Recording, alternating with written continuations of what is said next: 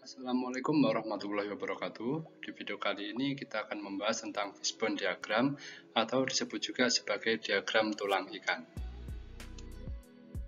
Adapun yang menjadi topik bahasan di video ini, yang pertama adalah definisi dari fishbone diagram, yang kedua adalah konsep fishbone diagram, yang ketiga adalah bagaimana langkah-langkah analisisnya, dan yang keempat adalah kesimpulan. Yang pertama adalah definisi diagram fishbone. Ini disebut juga sebagai Ishikawa diagram. Dan diagram fishbone ini juga disebut dengan diagram sebab akibat atau cause effect diagram. Kenapa? Karena ini merupakan salah satu metode untuk menganalisa penyebab dari sebuah masalah atau kondisi yang ada di suatu organisasi. Dan diagram fishbone ini dapat digunakan di bidang pelayanan kesehatan maupun bidang-bidang yang lainnya. Diagram fishbone bentuknya dapat kita lihat seperti yang ada di gambar di slide. Kalau kita artikan, memang fishbone ini artinya adalah tulang ikan. Jadi diagram fishbone ini terdiri dari kepala ikan beserta dengan tulang-tulangnya. Nah, kepala ikan ini menunjukkan atau menggambarkan masalah yang ada di organisasi, sedangkan tulang ikan ini menunjukkan penyebab masalah yang ada di organisasi tersebut. Jadi kurang lebih bentuknya atau tampilannya seperti ini. Selanjutnya, ini merupakan bentuk lain dari diagram fishbone. Jadi kalau kita lihat di beberapa artikel atau jurnal-jurnal penelitian, tidak jarang diagram fishbone ditampilkan dengan bentuk seperti ini. Tapi tetap tidak merubah esensi atau konsep dari diagram fishbone itu sendiri, bahwa di diagram fishbone itu ada kepala ikan yang sebagai efek atau dampak atau yang menunjukkan permasalahan yang ada di suatu organisasi, dan juga tulang-tulang ikan ini sebagai faktor penyebab masalah tersebut. Jadi bisa menggunakan bentuk yang di slide sebelumnya ataupun bisa menggunakan bentuk yang seperti ini. Namun untuk di beberapa laporan penelitian ataupun laporan kegiatan tidak jarang menggunakan bentuk atau tampilan yang seperti ini. Selanjutnya adalah konsep diagram fishbone. Seperti yang sudah dibahas sebelumnya, bahwa diagram fishbone ini terdiri dari kepala ikan yang menunjukkan akibat atau permasalahan yang ada di organisasi, dan juga tulang-tulang ikan yang menunjukkan faktor penyebab permasalahan tersebut. Kemudian kalau kita perhatikan, tulang-tulangnya ini ada tulang yang besar ya, tulang vertikal. Ini menunjukkan kategori. Nah, apa itu kategori? Nanti kita akan bahas di slide selanjutnya. Kemudian juga ada tulang-tulang kecil yang menunjuk pada kategori, maka itu adalah faktor penyebabnya, di mana faktor penyebab itu ada penyebab primer, penyebab sekunder, dan seterusnya. Penyebab sekunder ini merupakan faktor yang menyebabkan penyebab primer. Nah, untuk lebih jelasnya nanti dibahas di slide selanjutnya. Selanjutnya adalah langkah analisis untuk diagram fishbone. Jadi ada 4 langkah. Yang pertama, kita sepakati dulu masalahnya atau menyepakati pernyataan masalah. Yang kedua, kita identifikasi kategori-kategorinya. Ini based on teori biasanya. Dan yang ketiga, kita identifikasi untuk menemukan sebab-sebab potensial, bisa dengan menggunakan brainstorming. Dan yang keempat, kita kaji dan kita sepakati faktor-faktor penyebab mana yang paling mungkin menyebabkan masalah tersebut. Jadi kurang lebih ada 4 langkah dalam melakukan analisis diagram fishbone. Langkah yang pertama adalah menyepakati pernyataan masalah. Jadi di sini kita sepakati sebuah masalah dengan problem statement atau pernyataan masalah.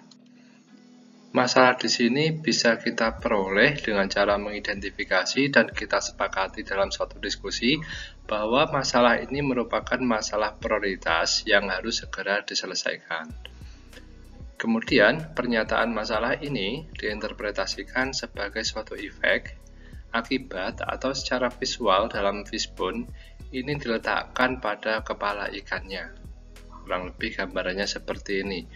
Saya beri contoh, misalnya di suatu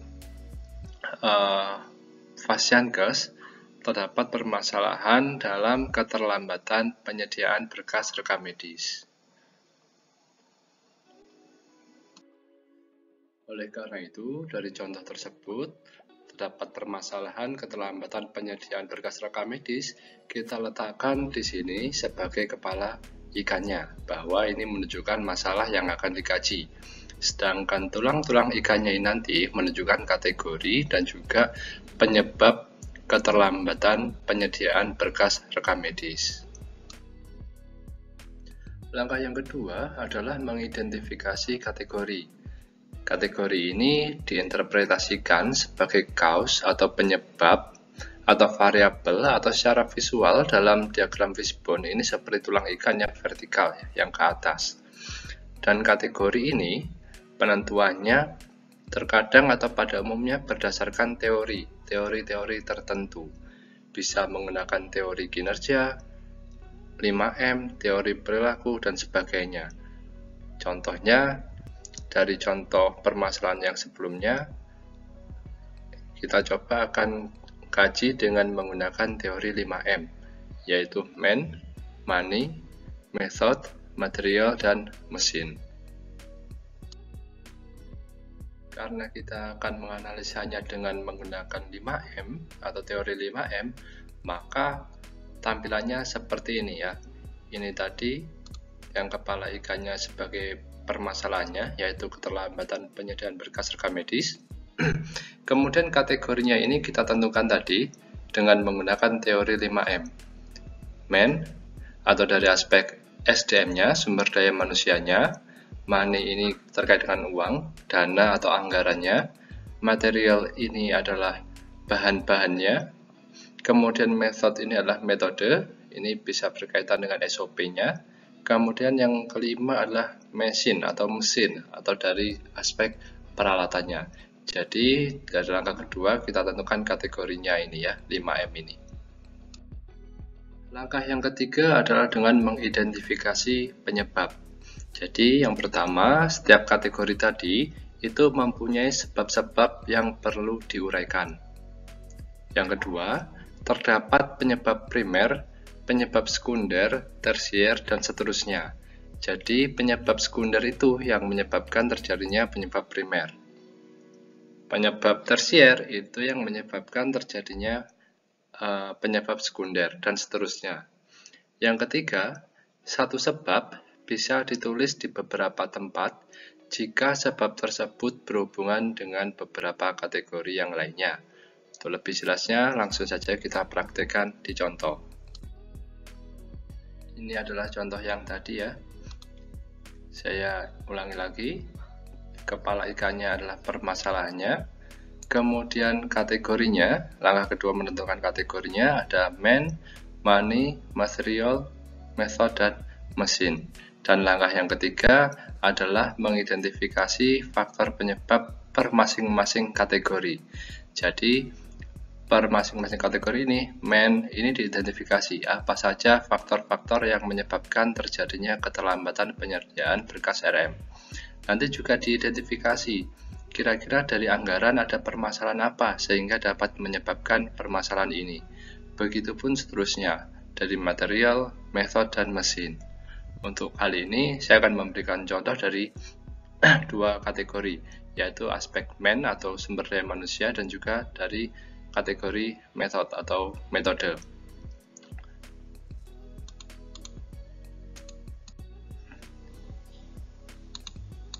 Yang pertama dari kategori man, setelah didiskusikan dengan tim, teridentifikasi bahwa kurangnya jumlah SDM ini yang menyebabkan terjadinya keterlambatan penyediaan berkas rekam medis. Yaitu yang pertama. Yang kedua, teridentifikasi bahwa petugasnya ini kurang memahami prosedur atau prosedural atau alurnya terkait dengan SOP, sehingga ini juga yang menyebabkan terlambatnya penyediaan berkas RM. Nah, kemudian ini masih bisa diidentifikasi lagi. Kenapa sih petugasnya kurang memahami prosedur? Ternyata setelah dikaji lagi, ternyata di vaskes tersebut tidak ada SOP-nya, sehingga petugas tersebut tidak memahami prosedur. Nah, kurangnya pemahaman prosedur inilah yang disebut dengan penyebab primer. Sedangkan tidak ada SOP di kategori men ini disebut sebagai penyebab sekunder dari kurangnya pemahaman prosedur. Jadi jelas ya, ini perbedaan antara penyebab primer dan juga penyebab sekunder. Kemudian kita coba lagi analisis di aspek metode. Nah, kemudian setelah dianalisis, dikaji, dan didiskusikan, teridentifikasi bahwa tidak adanya SOP. Loh, kok sama? Nah, tidak masalah, karena memang satu sebab bisa ditulis di beberapa kategori jika memang berhubungan. Nah, perbedaan yang kedua, tidak ada SOP ini merupakan penyebab sekunder di aspek SDM. Sedangkan di aspek metode, tidak ada SOP ini merupakan penyebab primer. Jadi kurang lebih seperti itu, nanti Anda bisa melanjutkan sendiri terkait dengan money, material, mesin, dan juga boleh menambahkan terkait dengan aspek men dan method. Langkah yang keempat, mengkaji dan menyepakati faktor penyebab. Yang pertama, kita kaji kembali sebab-sebab yang telah didaftarkan pada langkah ketiga.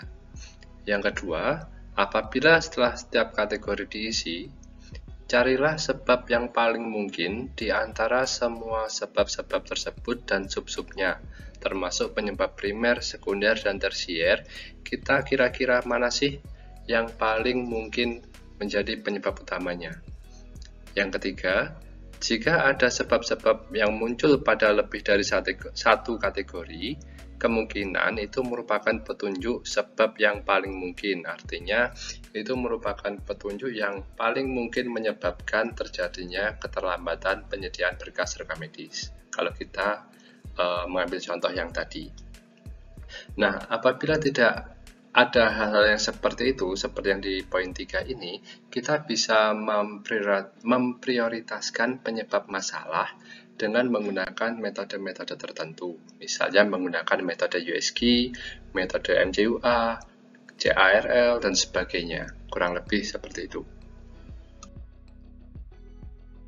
Yang terakhir, kesimpulan. Jadi setelah pemaparan di slide-slide sebelumnya, maka kita bisa ambil kesimpulan bahwa diagram fishbone ini dapat digunakan untuk yang pertama mengidentifikasi akar penyebab dari suatu permasalahan, yang kedua untuk mendapatkan ide-ide yang dapat memberikan solusi untuk pemecahan suatu masalah, dan yang ketiga membantu dalam pencarian dan penyelidikan fakta yang lebih lanjut. Kurang lebih begitulah video pembelajaran kali ini, semoga bermanfaat. Assalamualaikum warahmatullahi wabarakatuh.